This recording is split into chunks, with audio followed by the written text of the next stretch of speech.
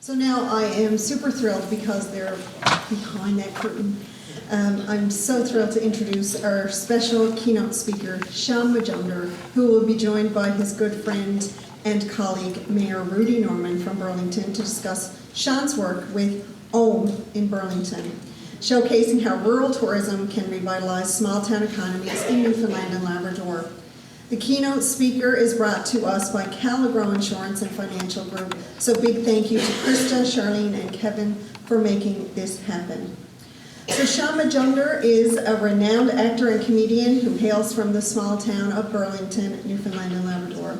While Shaun is widely recognized for his work in the entertainment industry, his deep connection to his hometown has driven him to embark on a different kind of journey, one focused on community revitalization.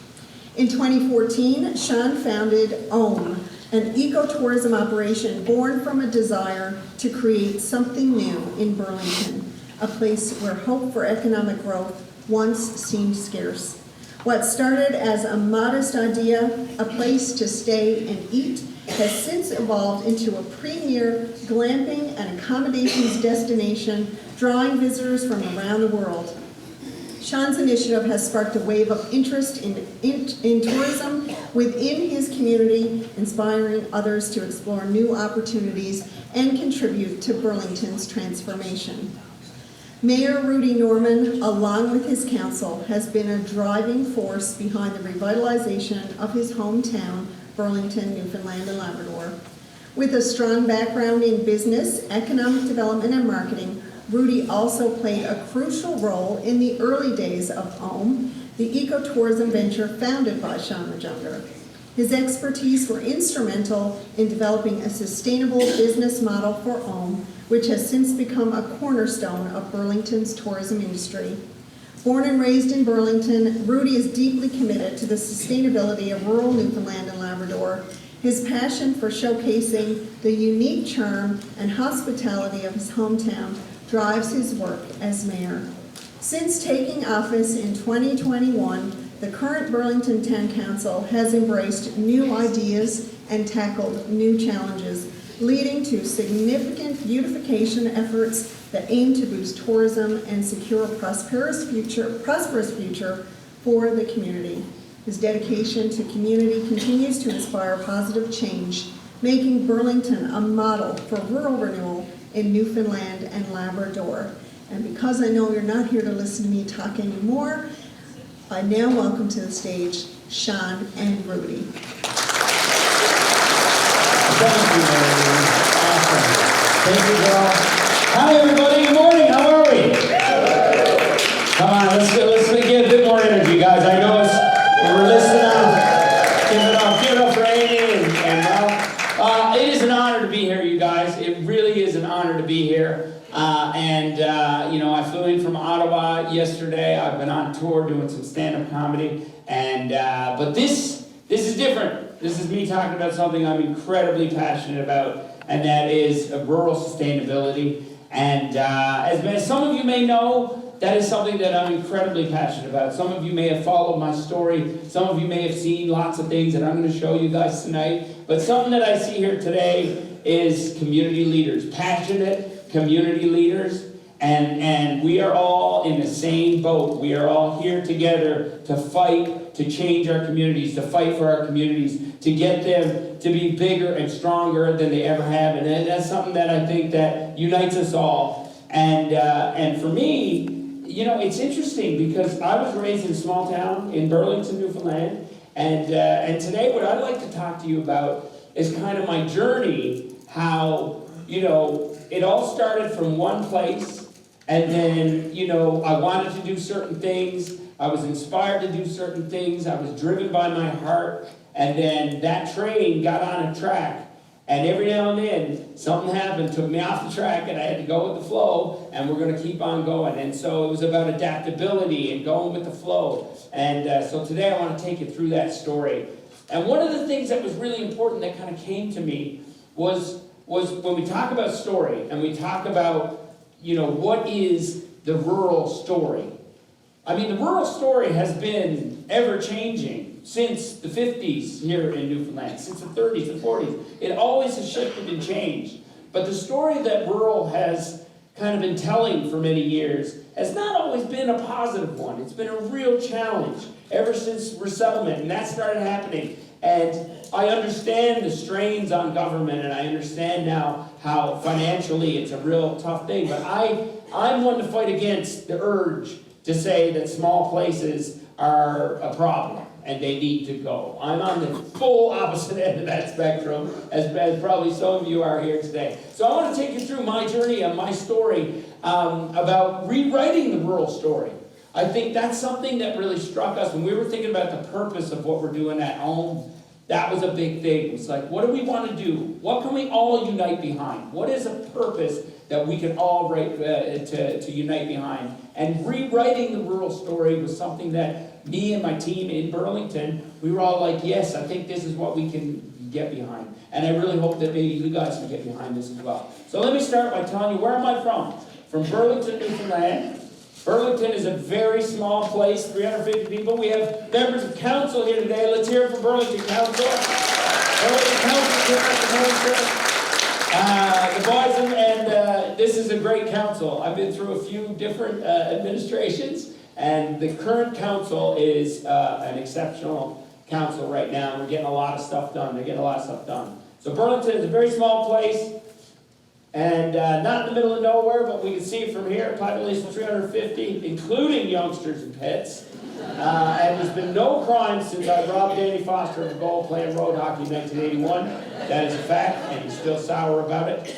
And I was a very good goalie, not by choice. It was because I was the only beige guy in town, and they didn't want to stick the brown guy in net because it was gravel roads, and nobody wanted to play in net with gravel roads because you're not just getting a frozen tennis ball in your goiter, you're getting a buckshot full of pebbles, and nobody wanted to do it, so I stopped being net. Burlington's a beautiful place, beautiful little town. It's your typical outport community. Two things now are missing from this town in this picture. The old bridge, that's gone now. That breaks my heart. It was an old administration that said, oh, we should get rid of that. What? No, don't do it. And that church is actually where my mom and dad got married in. And a month later, it burned down. It was an omen of things to come. I swear to God, it did not work out. But that's bringing up a lot of trauma. I want to move through that right now. I'm kidding. Burlington was a logging community. So much lumber in the hills. And that was the perfect place to get lumber. And lumber led to building ships and schooners. And my grandfather, the Bartlett clan. I come from the Bartletts. And the Bartletts were building schooners, carpenters, you know, and it's pretty amazing, actually. Some of the tools that were built right here, that were used to build these schooners, are now in Alonzo. He has this amazing museum that he has all these beautiful old carpentry tools that are there, the Back in Time Museum. If you're in Burlington, make sure you pop down and see it. In fact, the very last schooner, three-masted schooner ever built in Newfoundland and Labrador was built right here in Burlington. That's the Bessie Marie. And it's an amazing story. I had no idea about it. And Burlington is your typical beautiful, beautiful outport community. It's nature, it's rugged, it's got hills, it's got everything. I actually took this picture when I was home this summer. That's a drone shot.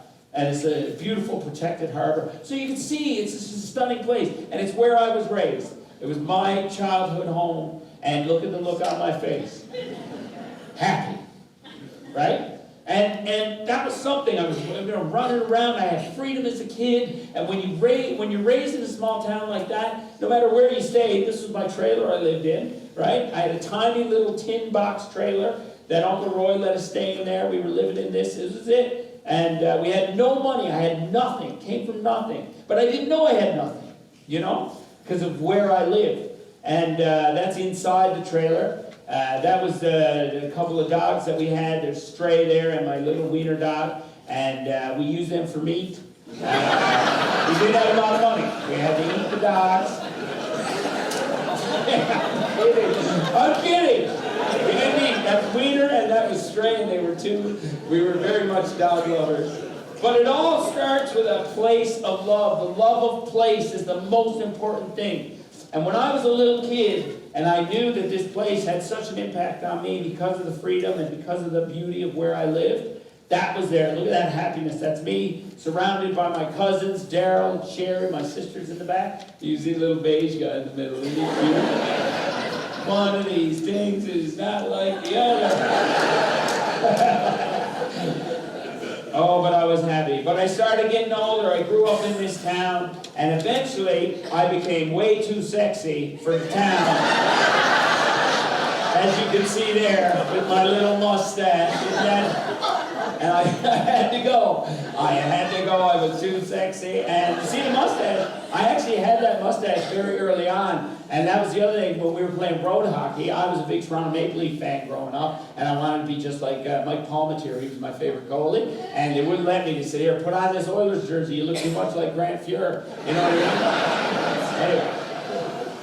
But I kept coming home. I met the woman of my dreams, and I kept bringing her home, and there I am with Nan and Pop, and we come home for Christmas every single year, no matter where I traveled. I kept bringing people home. I kept coming home. But I got busy. I got started in acting. I started doing my thing, and I, got kind of good at it. Started booking jobs. There you see a couple of shows that I worked on there. You see Detroit 187. Anybody ever see that? It was a cop show on ABC. I was on 24 for 2 minutes. I blew up Los Angeles.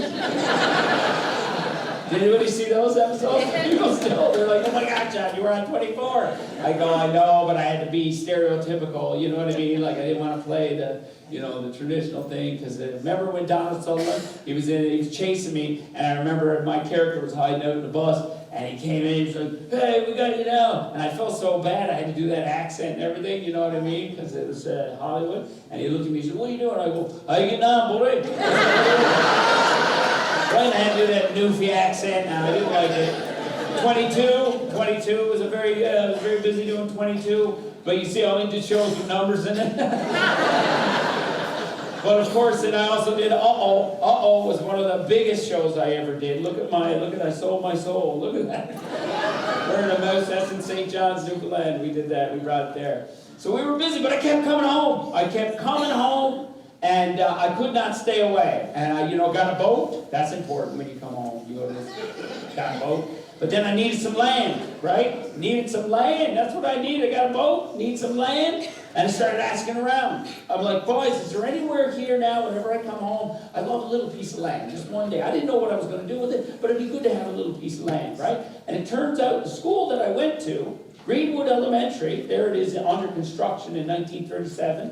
It was being built. It turns out the school was sitting there, and it was abandoned now. And I decided, I said, well, can I maybe ask who owns it, and maybe I can buy it? And I was like, well, how much? Talked to Mr. Bailey. Yeah, and he said, well, boys, it's it's been sitting there for a while. And I didn't know what he was going to ask. Turns out, $2,750. For the school that I went to when I was a kid. I got it. But although he knew I was on TV, so he was going to take me for a ride, and he's like, well, there's back taxes on that. You're going to owe another $750 on top of that. And I was like, you're gouging me. So I had a piece of land. And I was like, yes, I got my land. This is great. This is a great start. And so I had this land, and I was sitting on the land, and I didn't know what I was going to do with this land. And, who's that? Oh, look, it's Raj Binder, everybody. Hey, Shaun, I have an idea. Oh, yeah? What's your idea, buddy? You know how it sucks that there's nowhere to stay or eat in Burlington? Yeah. Well, why don't you use that land to build a place to stay? And maybe you can attract tourists and revitalize the community while making a TV show about it. What a great idea, Raj. What a great idea. So I had this land, and I really genuinely, I didn't know what I was going to do with it. And, but then when I started thinking about it, I was like, yes, it's true. I'm in the TV industry now. I knew that I've always wanted to bring people back to Burlington. Like I always, no matter where I went, I kept bringing, but there was nowhere to stay. There was nowhere to stay. I couldn't stay at Nan's house. You know, we had a couple people I stay, you know, hey, do you mind if I stay in your basement and maybe there's a bed there? And I just like, no, I gotta do something. I've got this land. Instead of me building something big there, I was gonna build a little house. Why not build a little house? Maybe it's a few rooms. I can get David Suzuki to come and we make it green off the grid. You know what I mean? We do solar, we'll do a documentary show about it, documentary series. So I started pitching it around. We sold it to the W Network, and that's how Majumder Manor was born. We sold it, we had a show, we started planning a show, and here's a little look at the intro.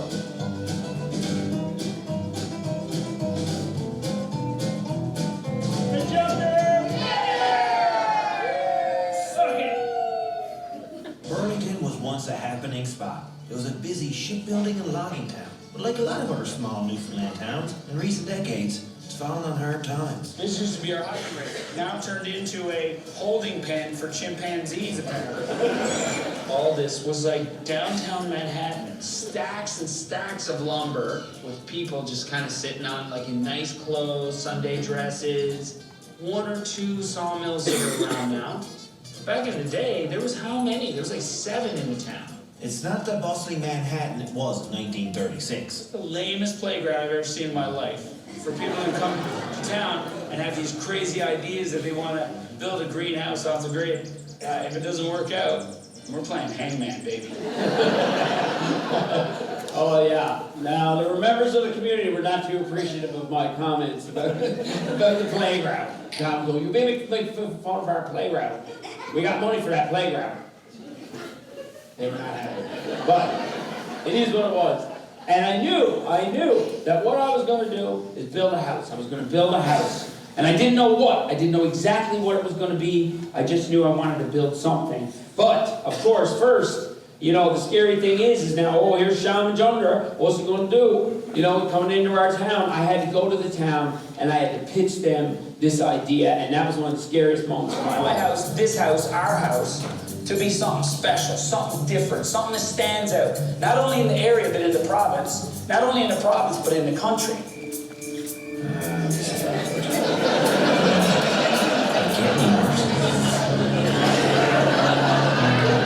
Obviously, there's 5,000 steps into getting this house off the land. So let's talk about step 5,001 for a second.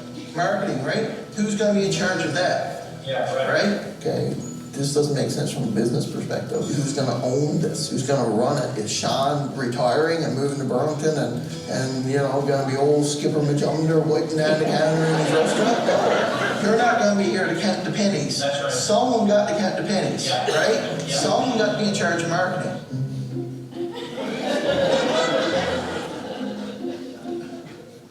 Now, when you're off in LA doing your thing, I'm not gonna count the pennies.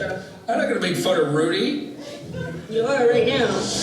Can Shaun sell them on the idea? Or is the dream over before it starts? Oh man, that's Rudy. Rudy was the first guy. He was there, man. He was important, you know. Someone got to count the pennies. He became the count the pennies guy, and he was right. He was right. But I knew that this was an idea that we were going to do, and we were going to do it together as best we could, right? So there it was. We needed to build a house for the town. But we didn't know what it was going to be, right? So we got together. How many with rooms? Shelby. Because I had a flash thought out there that we could have I think like 6 rooms. Will it be like 6 individually designed rooms that are unique unto themselves, that have a Oh, different for sure. theme? That's one way. Or do we have like 4 standard rooms and then 1 nice room and then a super No. executive honeymoon suite? No, why are you gonna have like some crappy room and some great room? Why not have them all be great? I have no idea what the building is going to look like in terms of its shape, right? So this is the road here, right? That's pretty unique. That's funny. This is what's gonna draw people to Newfoundland. Done. We should have professionals draw us a rectangle. There's Shelby, my beautiful partner, my logical brain, and she was amazing, and we sat down, and you know, because right now, all it was a house, that was it. We were just gonna build a little house. But here's the interesting thing.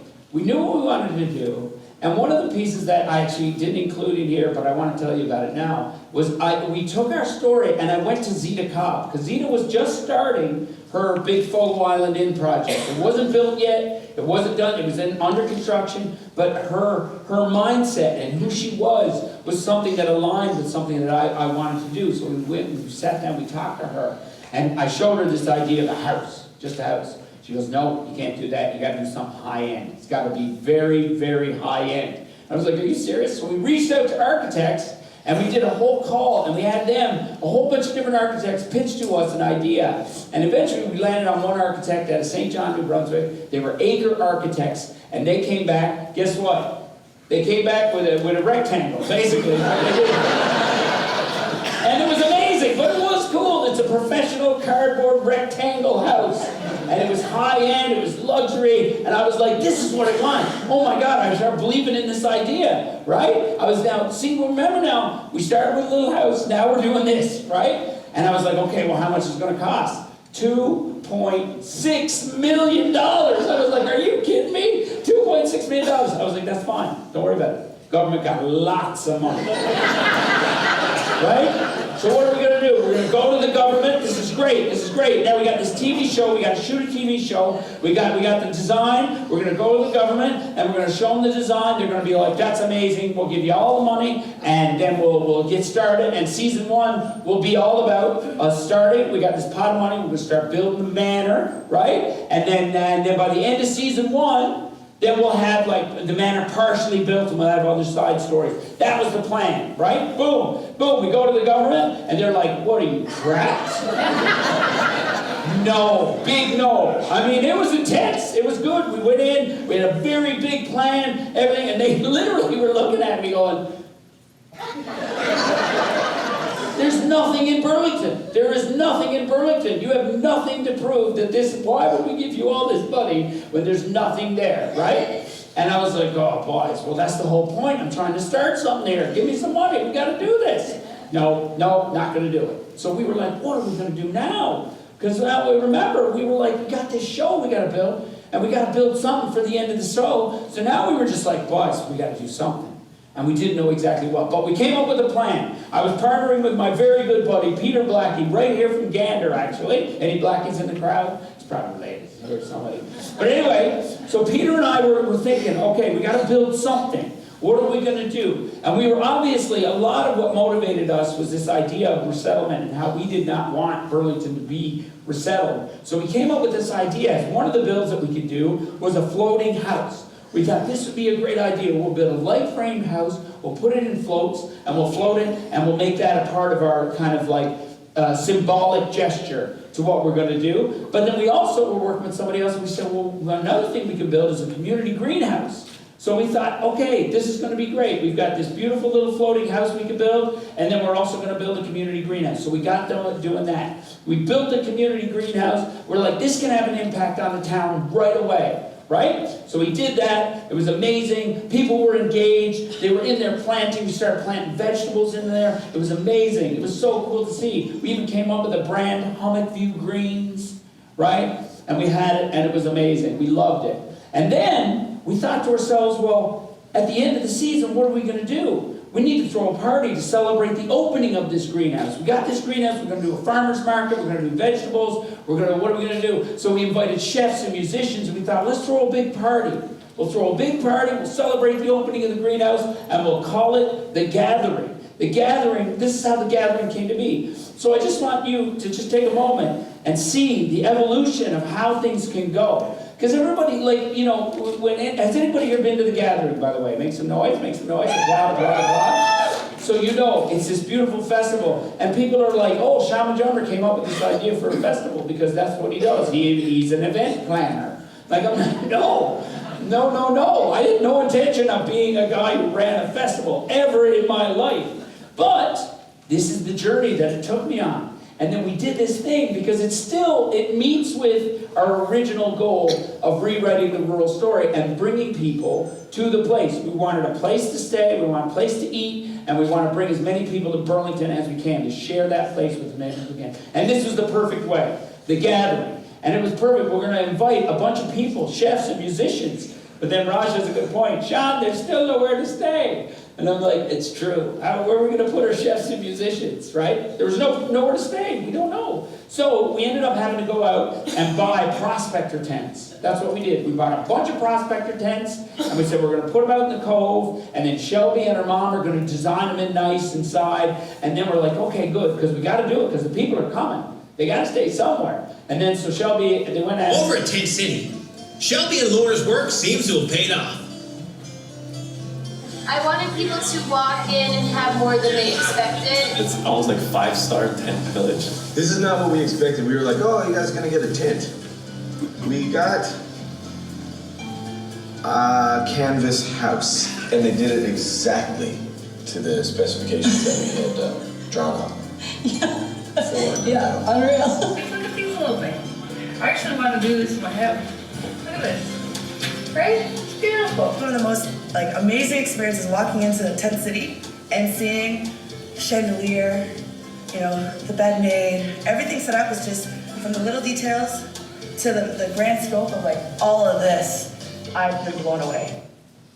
It's amazing, right? So now we've got these tents that are going to be out there in this cove, and this is where we're going to put them. But look at what Shelby did. Shelby took her design ideas, her and her mom, and now we're having these people react in this way to these tents, and we're like, ooh, that's interesting, that's interesting. But anyway, we started with our beautiful festival. We got out there, it was fire, food, and music. We invited people, and people came by droves. They're in Burlington. Tripled the population in a weekend. Like, it was spectacular. We had beautiful chefs cooking over open flame. We had amazing music. Jim Cuddy came from Blue Rodeo. And now we've got like a concert. Rex Scouty, we did this thing called the Shed Crawl, where we go all around town. It was amazing. People were so excited to be there.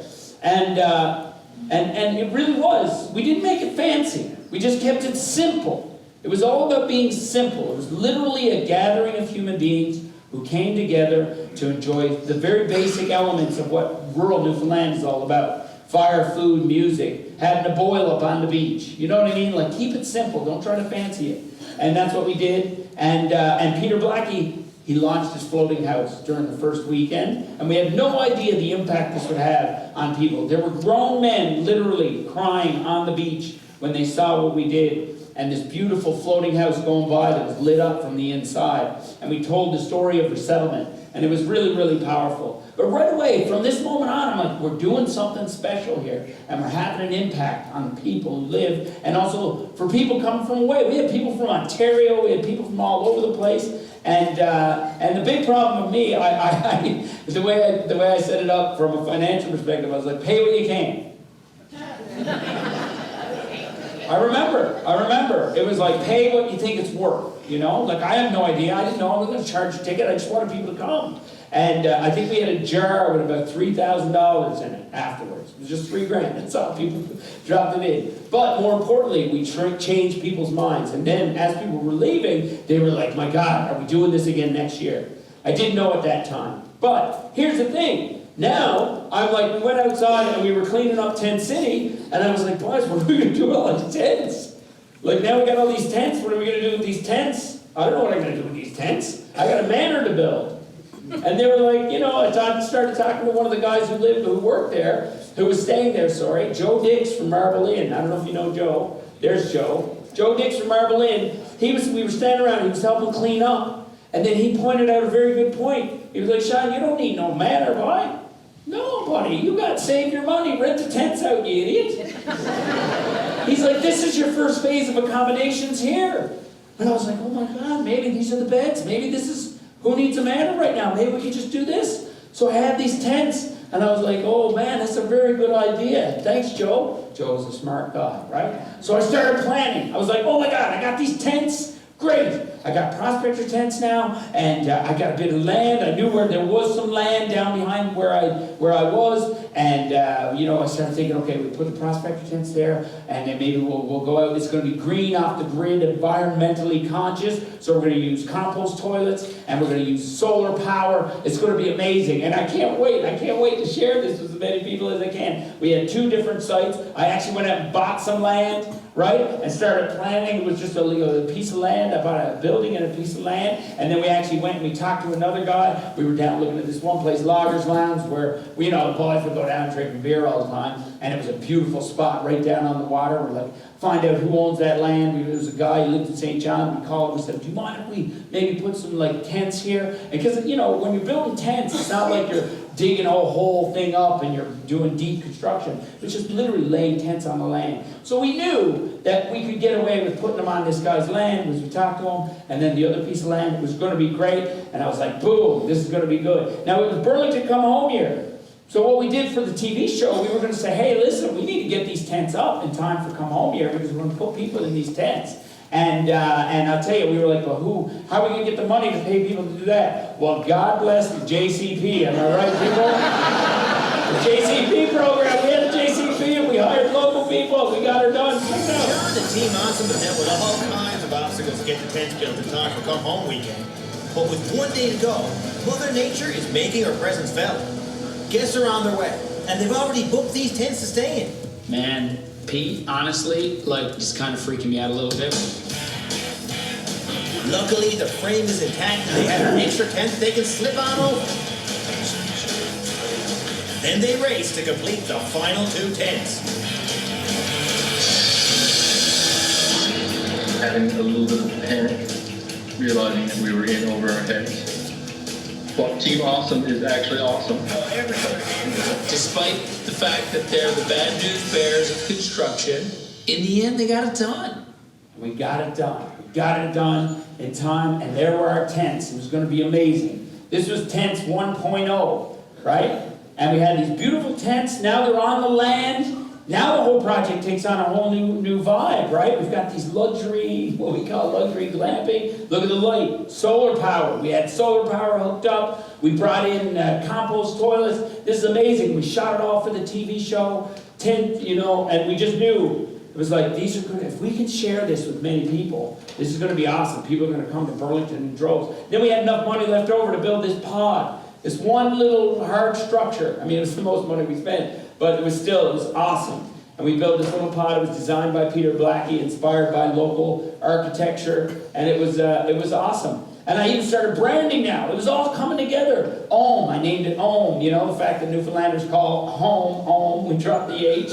And people were wondering, like, oh, you can't do that, boy. You're making fun of Newfoundlanders now they talk. I'm like, go shag off. This is embracing. I'm not making fun. This is about, like, Ohm. It's also, it gives me that vibe of, like, Ohm. You know what I mean? It's peaceful. It's stunning. It tips our hat to how we are. And I was like, this is awesome now. This is going to be awesome. I can't wait to go back to the government with all this stuff. It's going to be great, right? And then I started coming up with the social enterprise model. Right? Now it was going to make sense. I started reading about social enterprise. So social enterprise is this idea that you take money from one company and then you share it with the community. If what money comes in, you generate those profits, and the profits can go back into helping a bigger cause. So now I had a plan. Look, so I've got Ohm as a central entity. We created a not-for-profit, and then we created Ohm, and then I have all these little sub-businesses. Like I got the greenhouse now. I got the tents and the pod. I've got the gathering. These are all going to be revenue generating. I even have a little food truck called Ohm Fry, right? And then I started coming up with all these other things I wanted to do. Ohm on the range. Wilderness adventures, hey? Ohm RV Park, Homeward Bound. I even had a taxi service, for God's sake, called Homeward Bound. Ohm is where the art is. That was going to be the museum where the art was painted, right? I was coming up with some good stuff, man, and I was ready to go. Because remember, we were just starting with one house. And because of all of the steps along the way and the pressure to do this or to do that, now we're back in, we're doing, social enterprise. So I said, I'm going to go back to the government. They're going to love this now, buddy. We got her. We got her. And so I went back and I said, oh, buddies, look at social enterprise. We're going to help the community. Money's going to go back into town. First question, you got clear title to that land? What? Oh, no, I know. Nobody's on it. And I grew up there. I know nobody's building, and I asked around, right? Yeah, but we can't help you unless you have clear title to the land. I'm like, what are you talking about? Okay, I'll get that. I tell you what, I'll get that. Okay. What about power? You got power? I'm like, yeah, solar. No, we can't do that. That's in legislation. We can't approve that. What do you mean you can't approve that? It's solar power. No. And it was like, okay, what about bathrooms and septic? Environmental. I tell you what, we got the best units from Ontario. We got compost units. No, can't do that. What do you mean you can't do that? What are you talking about? You can't do that. No, it's not in legislation. We can't do that. I go, what do you mean it's not in the legislation? No, if you look at the book, we got this book, and it's got a checklist of all things that you have to, the regulation says that you got to have this, and this, and this. And I said, but what am I going to do? Like, I thought I was doing the right thing by having compost units. You didn't check the book before, did you? No, I didn't. But look, it's good, right? I go, well, what are my options? He goes, okay, Shaun, here, you got two options. You can either shit in a hole or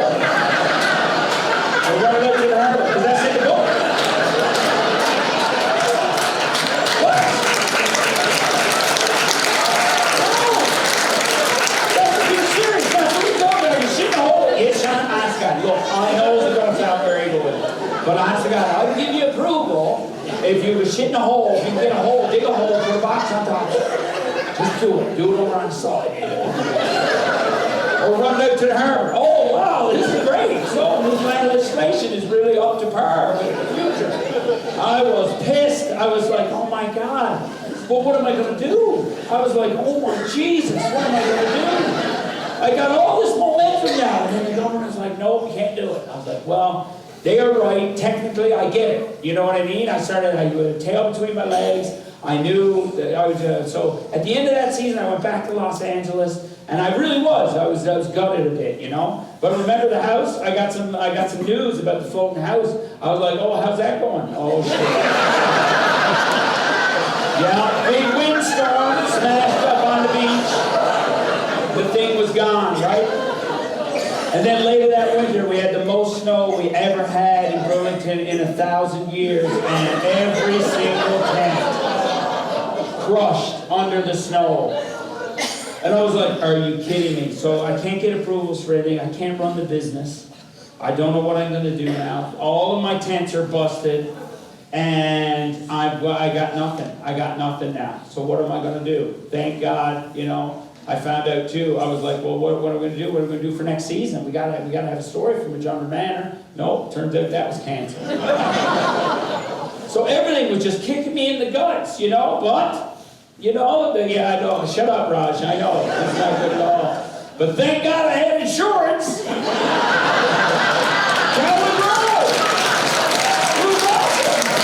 We had insurance on the tents, so I went back to them. And I was like, good, we got new tents. We're going to do new tents. We're going to take the money. We're not done yet. We're going to take the new tents, and we're going to build tents 2.0. This is going to be awesome. Tents 2.0. There we go. Tents 2.0. So Shelby and I, we went back to Burlington, and we rebuilt the tents, and we have all these amazing tents on new platforms now, and we have a new approach to it. Not with those, you know, we got the what do you call it, the plywood roofs and all that. We worked with a local guy, Darren, my cousin, and we crafted these amazing timber frames inside. And all of a sudden now, we're doing this new version of these tents that was going to be spectacular. And it was so beautiful. We were starting to brand it differently, and we knew that people would really love these tents. And then, of course, we had the pod as well, which was spectacular. And so we had all these potential revenue generators, and we just needed a license from the government to be able to run a proper tourism thing. But they were like, nope, you got all these other issues you got to deal with first before we can even talk to you. So I was like, well, I guess I went to my buddy Ron in Halifax. I'm like, what am I going to do? And he's like, well, why don't you try Airbnb? Now, I know this is a sensitive thing, but I had no choice. In this moment, I was like, I can't sit on these things and do nothing. I got to do something. We got to make some money. So we started doing Airbnb, and people started coming. It was a window to the world. And Airbnb became this portal for me to put these things out there, and people were coming from everywhere. We were block solid, and it was amazing. And people kept coming. We still had the gathering. People kept coming. And it was really, really amazing. The gathering was going great. Burlington would triple its population. Constantly, we were doing these chef hikes. Plus the tents were going crazy. Everything was going amazing. People started believing. You wouldn't believe. People started believing. And including the one and only, someone got to count the pennies. This guy, Rudy Norman. And I I would like to bring him out right now to carry on a little talk, to talk about how we've evolved since. Give it up for Rudy Norman.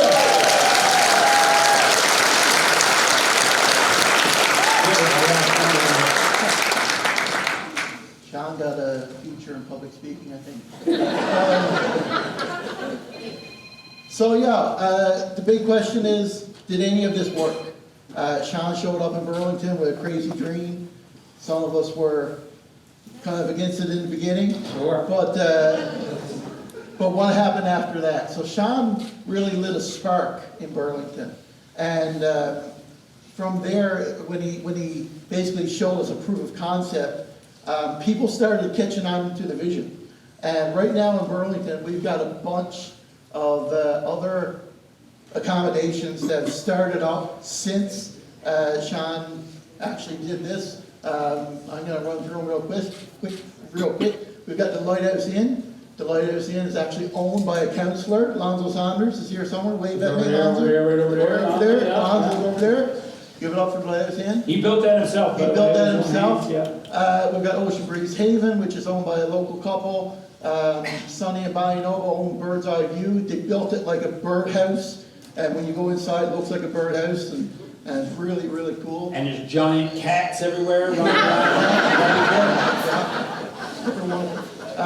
Big Brook Wheelhouse, we use this for power generation. When power goes we've got another glamping tent. We've got Rock Island Haven, and we just the newest one that just opened up is called Blanche's Hideaway. This is actually a restaurant and an accommodations. So now we don't have just places to eat, places to stay. We've also got a place to eat as well, which is a little bit of foreshadowing.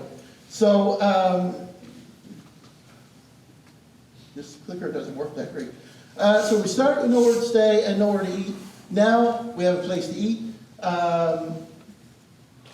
Current accommodations in town, over 50 people can stay in Burlington per night now. We went from 0 to 50. Now, I realize, like, you know, Danny Green is probably here, and he's like 50 people, you know. That's one floor of the Delta, but like that's a big freaking deal for us. We've got about 80% occupancy in season, so our season obviously runs usually from May Q4 to Labor Day. We've got 80% occupancy across all the accommodations. Average $175 a night. You can do the math, because I did. 120 nights a season, that's over $400,000 into a local economy. That's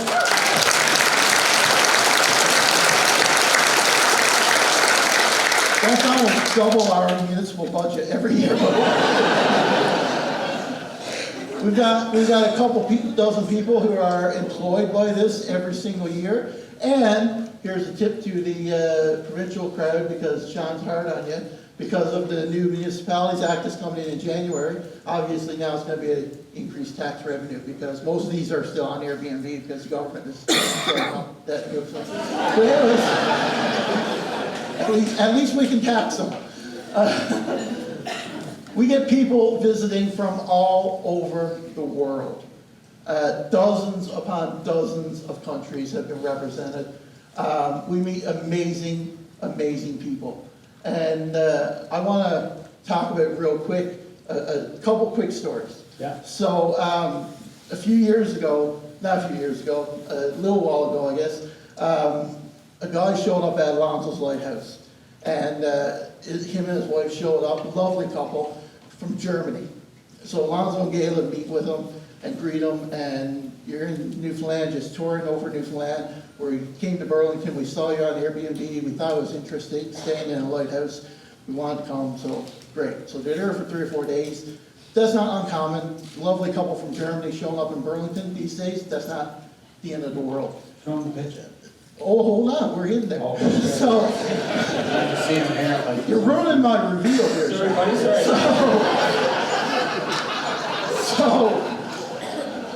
Anyway, so they show up in Burlington, and so they say, you know, we'd like to go out and boat. Alonzo says, no problem. Calls his buddy, hey, when you going out and boat tomorrow morning? Got a couple guests here want to go out and boat. So they go out and boat. They're catching a few fish, because it's food fishery and all that kind of stuff. so the guy that owns the boat is talking to him, just making conversation. You guys from Germany? He says, yeah. So what's life like in Germany? So they're talking and stuff. So of course, like many Newfoundlanders, the topic comes up about politics. So he says, so in Germany, do you have like a prime minister or a president? Or he says, well, actually, we've got a chancellor. We call him a chancellor. And he just goes on and details in great, intimate detail Germany's political system. And but he was like, wow, he's like, you know a lot about Germany's political system. And he's like, yeah, I've been around it, he says.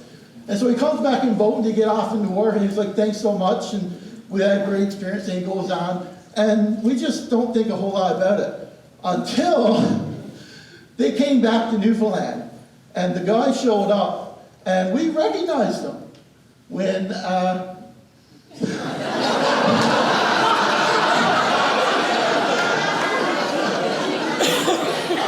So the guy was Olaf Scholz, the Chancellor of Germany.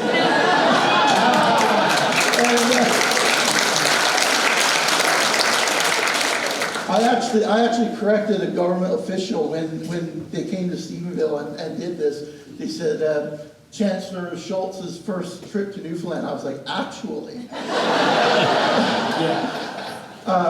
And the other story I want to tell real quick is about this one, because you're probably here and you're probably thinking to yourself, well, this is great. You know, Rudy, you're the mayor of Burlington. Burlington has been successful, but you got freaking Shaun Majumder, man. Like, the guy was on YTV. Yeah. I mean, come on, right? This is a picture that I took in St. John. So this couple here showed up from England. So Shaun and I were at home one day, and we're just sitting down, and this couple walks in, and we're talking to them, and we're having a conversation, and we said, where are you from? They said, we're from England. And I was like, oh, you're visiting the province? He said, actually, he said, we just got here. And I said, what do you mean you just got here? He said, we just got here. He said, we landed in St. John's this morning. He said, we rented a car and we drove here. And I said, oh. To Burlington. To Burlington. Yeah, to Burlington. Yeah, Success. absolutely. Yeah. And I drove from St. John's to Burlington. And he said, I said, you're staying for a bit? Yeah, he said, we're here for 3 or 4 days. And I was like, what's your plans then? He said, we're driving back to St. John's, we're going back to England. And I said, oh, okay, that's a little weird. So anyways, Shaun and I, the gathering was on the go, so it was around that time. So Shaun and I actually went to St. John's, and we were doing some media for the gathering. And we were downtown and walked into this place, and who should we see but this couple? And they recognized us from a couple of days ago, and we recognized them, and we were like, what are you doing now? They were like, nothing. And we were like, well, we're going out, and you want to come with us? And they were like, sure. So we go out. Shaun calls some of his fellow super news and says, hey, we're meeting at this place. So we're in somewhere downtown, and we're sitting around, and it's like, I'm in shock, because I'm here like, man, like, this is Celebrity Central here, right? Like, we got Shaun, we've got all these other guys here, and they're talking, you know, one guy's shooting a movie, and one guy just got home from Just for Laughs, and Shaun's talking about whatever he's doing next, and YTV. YTV. It's like, they really want me back, but I don't know. They've before me now. So anyways, ever since 24, right? Yeah. So anyway, so I'm looking at this couple, and they got this blank look on their face. Like, they're dumb, they're stupid. And I say, hold on for a second, hold on. I said, you have no idea who these people are, do you? And they said, no, we don't. Like, what do you mean? That's Shaun, we met him a couple days ago. I was like, yeah, but do you know who Shaun is? They said, no, what do you mean? And I kind of explained to him, I was like, well, you know, like, these guys are on TV, right? You're like, oh, sorry, I'm very sorry. I was like, no, don't be sorry, Because they showed up in Burlington, because they went online, Googled Newfoundland, found a tent, and she said, every morning I woke up, I stood on the deck of the tent, and I jumped into the ocean. She said, I couldn't think of anywhere else I could do that besides Burlington. And that's when I realized we had something special. that's when I realized this is not about celebrity, this is not about, you know, a TV show, this is not about anything like that. It's about what we have to offer as a community, as a people. And I have to say, and I'll say this publicly right now, we would not have that without this man right here.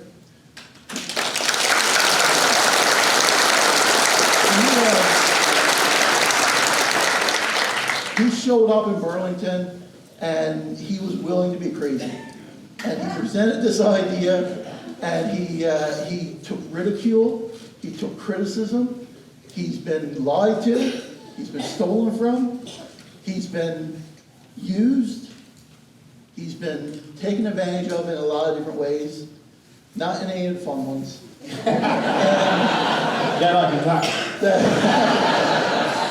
But he showed up in Burlington because he has a love of community, he has a love of people, and every single person in this room can do exactly what he has done and what we have done if you share that love for your community, and that's all our story. That's absolutely true.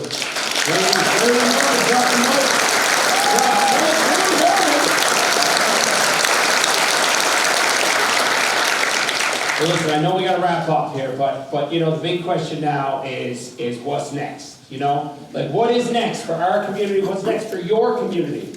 You know, and my vision for this whole thing is, you know, I still got more dreams. Dreams can go on top of dreams. Like maybe one day there's going to be own locations all across the islands, you know what I mean? Like we can go into small towns, and whether it's own or your own thing that you do, I think it's really important to realize, like if you create a little bit of a fire inside of your town that generates some kind of revenue, some kind of interest, it has a massive impact on a small place. We all know that, right? But man, it's spectacular. Maybe one day we'll get enough money, I'll go back to the government, because I do have clear title now. And I have learned lots of lessons when it comes to septic and all of that, fire expansions and power and all that. It's been a hard go, but I have learned my lessons. But maybe one day we'll have these super high-end luxury tents and we'll bring them to your town and it'll be amazing. And we'll see. Maybe in your own town. Yeah. It has been a rocky road for Shaun, but every step's been worth it. The gathering is proof that the borough can be a place for people to go if you give them a place and a reason to stay. One of the most important things about this overall project is that we don't forget where we come from. We don't forget why it's important to have sustainability in rural communities. We've seen what's happened in the past where people had to move away from these small towns to go to bigger centers, and we see it all the time now, and there's so much magic here. This place. And as a memory, we wanted to provide a symbol of resettlement. And resettlement, you know, basically was when people were told you have to leave your homes and move to bigger centers. And people were like, okay, but I'm going to take my house with me.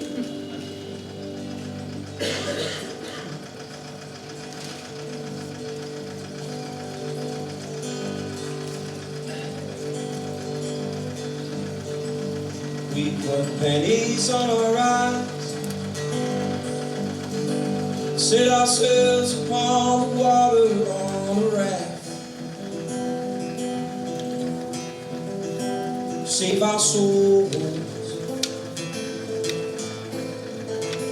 save our souls. Whoa, whoa, whoa.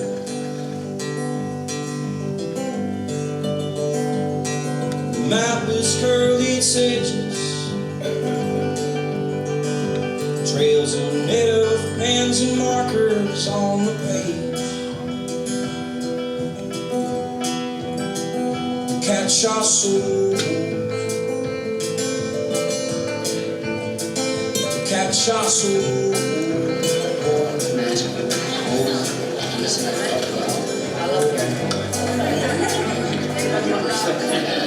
We're so busy trying to laugh about it. We don't know why. We don't know why. While you listening to me, so I held so tight upon my heart that it face her down.